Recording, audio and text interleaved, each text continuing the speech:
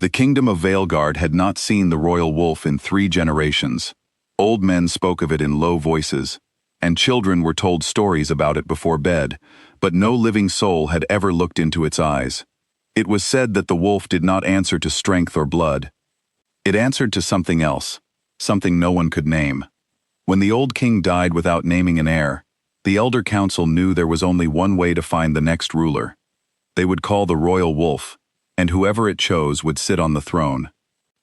The sacred grove stood at the heart of the kingdom, surrounded by trees so old their roots ran deeper than memory.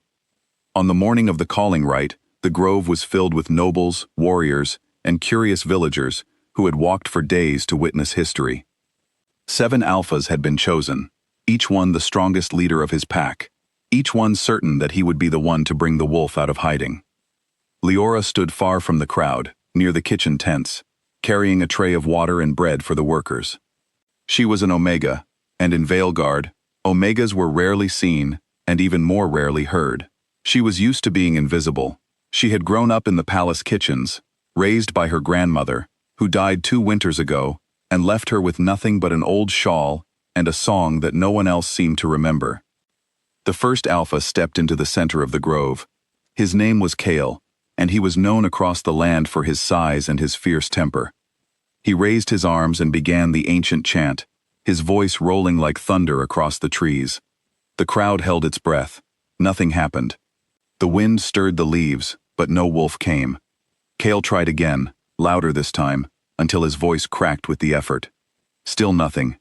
He stepped back, his face red with shame, and the crowd murmured with disappointment. One by one, the other alphas took their turn. Some sang the ancient words with pride, believing their bloodline alone would be enough. Others knelt and begged, thinking humility might work where strength had failed. A few tried both, switching between demands and pleas, as the sun moved slowly across the sky. Each attempt ended the same way. Silence. The grove remained still, as though the wolf itself was watching and waiting, unimpressed by everything it saw. By the time the 7th alpha finished his failed attempt, the sun was beginning to set, and the mood among the nobles had turned from excitement to fear. If the royal wolf could not be called, there would be no way to choose the next king. The packs might turn against each other, fighting for a throne that no one could rightfully claim. The elder council whispered among themselves, their faces pale with worry. It was in this moment of quiet panic that someone remembered the workers needed water.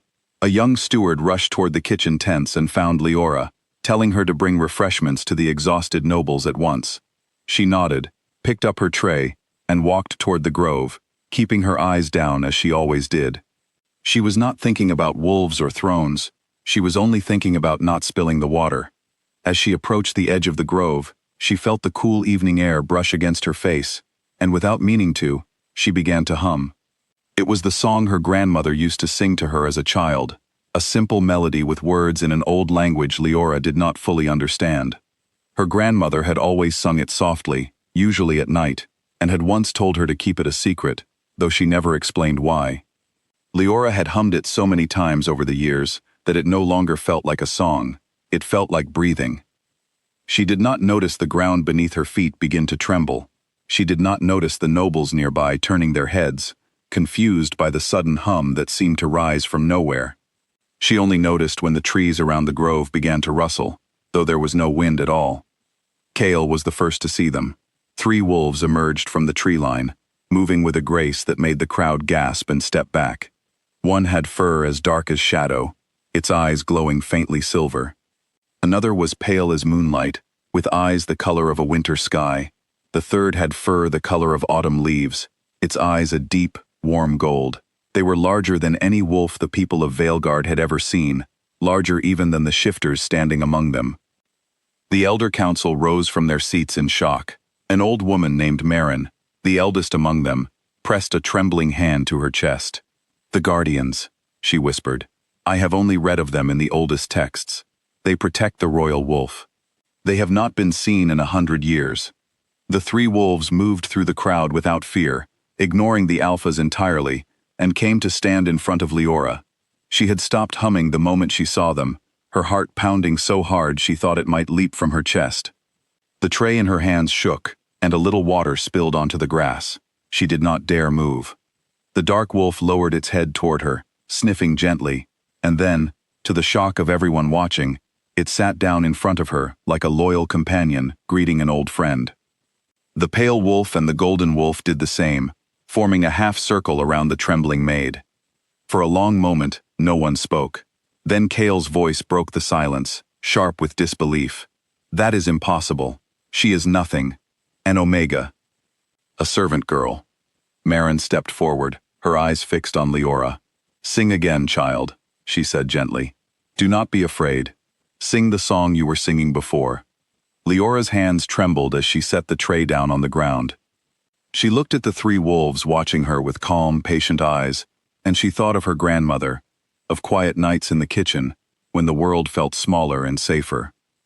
She took a breath and began to sing, this time letting the words come fully, not just as a hum, but as a real song, soft and clear. The moment the second verse left her lips, something shifted in the air. The three wolves rose to their feet, and behind them, deeper in the grove, a low sound rumbled through the ground, like distant thunder rolling closer. The crowd turned toward the sound, and even the 7 alphas, proud as they were, took a step back. Leora finished the second verse, her voice shaking but steady enough to carry the melody. She could see shapes moving in the shadows between the trees, large and slow, circling closer with each note. She wanted to stop, to run back to the safety of the kitchen tents, but something inside her, something she could not name, told her to keep singing. She began the third verse, the one her grandmother had sung the softest, the one reserved for the quietest, most private moments between them. As the last words left her mouth, the trees at the far end of the grove parted, and the royal wolf stepped into the open.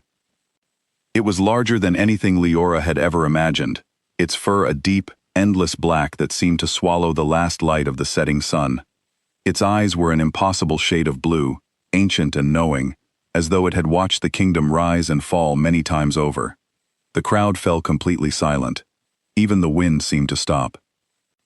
The royal wolf walked slowly across the grove, past the 7 alphas who stood frozen in place, past the elder council, past every noble and villager who had come to witness the calling rite.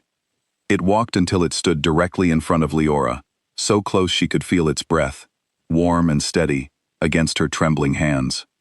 Then, in front of the entire kingdom, the royal wolf lowered its great head and knelt. Gasps rippled through the crowd. Some nobles fell to their knees without thinking, overwhelmed by what they were seeing. Kale, the proudest of the 7 alphas, stood with his mouth open, unable to find words. Leora herself could not move, staring down at the massive creature bowing before her, as though she were something precious, something worth protecting. "This cannot be," one of the other alphas finally said, his voice tight with anger and confusion. "She has no pack, no bloodline. She is an Omega. There must be some trick, some sorcery." Marin stepped forward again, her voice steady despite the chaos around her. "There is no trick," she said. "I have studied the old texts my whole life, searching for the truth about the royal wolf, and I always believed the answer was hidden in strength or bloodline. I was wrong. The wolf does not answer to power. It answers to something far rarer. It answers to a true and selfless heart, one that seeks nothing for itself. That is why kings have failed for generations. That is why 7 alphas failed today. They came seeking a crown. She came seeking nothing at all." The words settled over the grove like a soft rain, and slowly, the anger in the crowd began to fade into something quieter, something closer to wonder. Leora finally found the courage to look up from the royal wolf's bowed head and into the faces watching her. She saw fear in some eyes, awe in others, and in a few, for the first time in her life, something that looked like respect. "I don't understand," she said softly, her voice barely above a whisper. "I only sang the song my grandmother taught me. I never meant to call anything. I only wanted to bring water to the workers." "That is exactly why it answered," Marin said, kneeling beside her despite her old age, showing a humility that surprised everyone watching. "The old stories always said the royal wolf would come to the one who did not seek it. You never sought power, child. That is why power came to you instead." The 7 alphas, humbled in a way they had never expected, slowly lowered themselves to their knees, one after another, until all 7 had bowed before the Omega Maid, who moments earlier they would not have looked at twice. Kale was the last to kneel, his pride the hardest to bend, but even he understood that the wolf's judgment could not be argued with.